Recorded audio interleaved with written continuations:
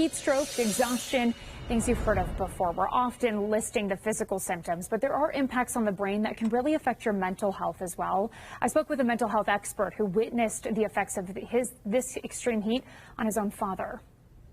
Well, what comes to mind first is my own father, who in his late 80s, early 90s, a couple of years ago, was in his car in Central Florida driving, and he thought he ran out of gas, but he didn't, and he had a little bit of dementia, and turned his car off and sat in the Florida heat for a few minutes while his core temperature went to 105 degrees, and he had a heat stroke.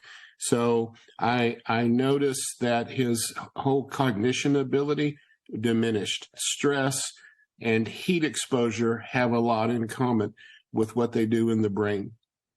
When you're out in the heat, if you're in an enclosed space like my dad was, you're going to very likely have a heat stroke, meaning that you're actually killing or frying brain cells. It's kind of like that old commercial, this is your brain on drugs and it was an egg in a skillet. That's kind of what's going on in your brain. Probably one of the biggest things, of course, is hydrate, hydrate, hydrate.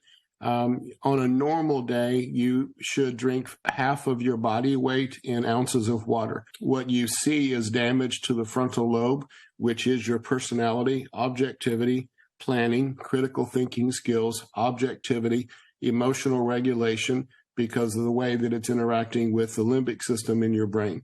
And so in the mental health field, what we see is more road rage, more irritability, more suicide attempts, and we see an exacerbation of mental health issues that were already there, but now are coming out even more because of the heat. Certain medications, especially mental health medications, because of the heat, it can actually act like you're not even taking those medications. With the heat, it does make us more irritable, and it's not just that we're irritable, it makes it worse because of what's going on in the brain, especially with the limbic system and how we emotionally regulate and what's happening with our amygdala. Not to get too technical, but that's the part of the brain that's about the size of a pea that actually handles all of your emotional regulation. And I think it's really, really important if you're on mental health medications to talk to your doctor. If you have to be out in the heat, to make sure you talk to your doctor who's prescribing those medications to make sure that there's no adverse reactions between the heat and your medications, because what you don't want